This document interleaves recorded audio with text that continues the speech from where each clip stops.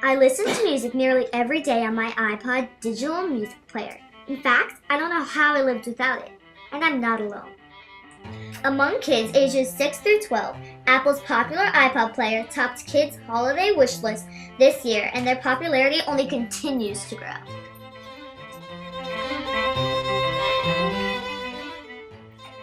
When Apple founder Steve Jobs died, many of the classmates said he was responsible for us having music on demand, but I did a little research and was surprised to learn that famous inventor Thomas Alva Edison, who was the person who made it all possible.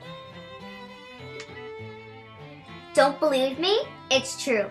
In fact, Edison created technologies behind 21st century industries that surrounded us every day, recorded music, movies, and electrical light.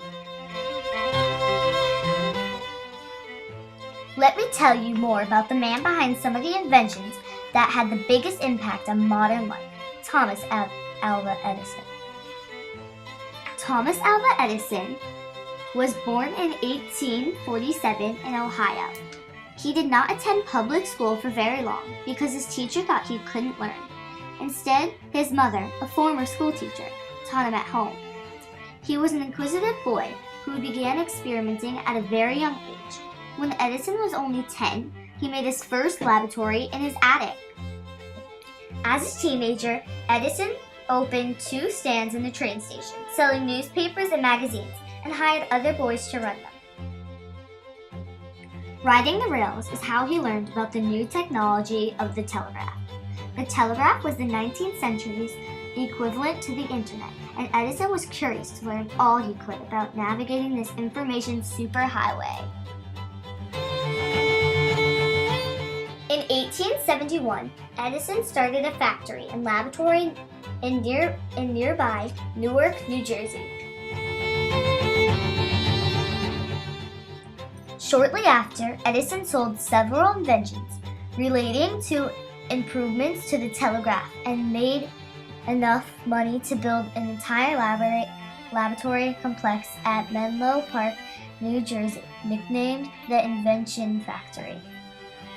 It was about this time that Edison started thinking about ways for business to record telephone messages so they could be copied later, similar to today's voicemail.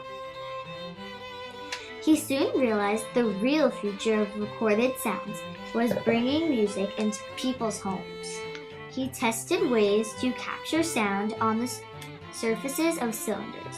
Finally, in 1877, one of his designs worked. Edison and his workers listened in amazement to the first recording of a human voice.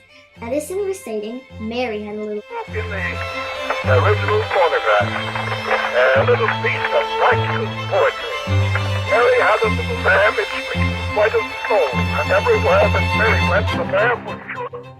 That might not sound like a big deal to you, but back then, kids entertained themselves at home by playing games or telling stories, so the ability to listen to recorded music was a huge hit. Soon, Edison's cylinders gave way to records. Eventually, records were replaced by the cassette tapes and the compact disc, and now digital recording formats, like my iPod. Edison would eventually go on to create the motion picture industry, but his greatest invention may have been the modern method of inventing. He basically came up with the contemporary system of research and development.